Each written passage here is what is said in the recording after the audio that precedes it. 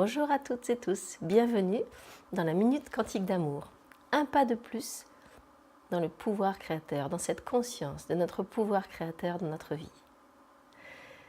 La vidéo d'avril, la première, je vous ai parlé du mental, de comment se construisait petit à petit cette suprématie du mental à l'intérieur de nous.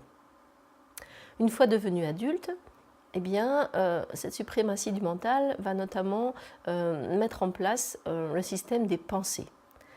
Alors, dans ces pensées, savez-vous que les récentes études, en psychologie positive notamment, nous démontrent que nous émettons 50 à 60 000 pensées par jour, que majoritairement ces pensées sont peu conscientes, elles sont majoritairement répétitives et majoritairement négatives, bien sûr si nous ne mettons pas de conscience dans ces pensées.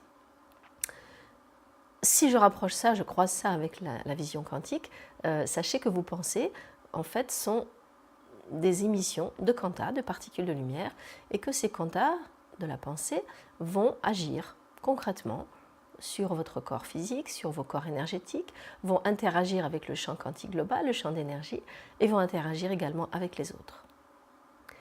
Donc cette production incessante de pensées, et majoritairement négative, va demander un travail de conscience. Ça va demander petit à petit d'aller à l'intérieur de soi, grâce à un travail personnel, pour aller regarder nos conditionnements et nos programmes et voir quelle part de nous produit ces pensées. Quelle part de nous produit ces pensées qui sont majoritairement négatives sur nous-mêmes et sur la vie.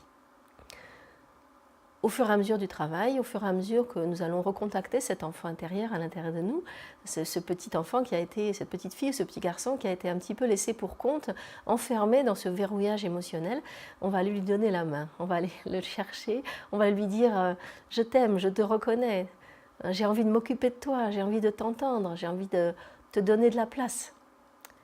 Et ça, c'est vraiment un chemin extraordinaire, de tout d'un coup aller dans cet espace du cœur et accueillir ce petit enfant, cette petite fille ou ce petit garçon à l'intérieur de moi et de lui souhaiter la bienvenue.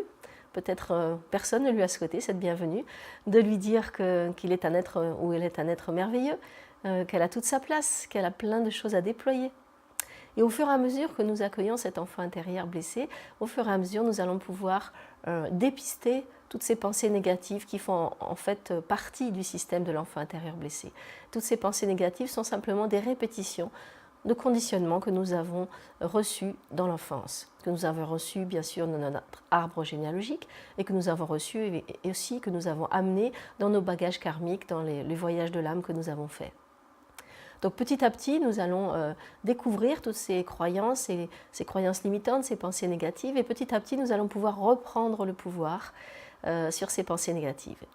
Et progressivement, en remplaçant ces pensées négatives par des pensées positives, j'en parlerai une autre fois, le processus d'alchimie, et bien petit à petit, nous allons reprendre ce pouvoir. Et au fur et à mesure que nous remplaçons les pensées négatives par des pensées positives, par des pensées bienveillante, encourageante, nous allons petit à petit ouvrir cet espace du cœur, cet espace de l'amour. Et en ouvrant cet espace de l'amour, en lui donnant de plus en plus de place, eh bien le mental va progressivement perdre son pouvoir. Le mental, en fait, il ne faut absolument pas chercher à le combattre, parce que plus vous combattez votre mental, plus vous lui donnez de pouvoir. Donc le chemin, c'est descendre dans l'espace du cœur, accueillir votre enfant intérieur, accueillir qui vous êtes pleinement, d'une façon merveilleuse, de plus en plus merveilleuse. Petit à petit, vous allez transformer vos pensées sur vous-même, vos pensées sur le monde. Et petit à petit, votre cœur va devenir le gouverneur.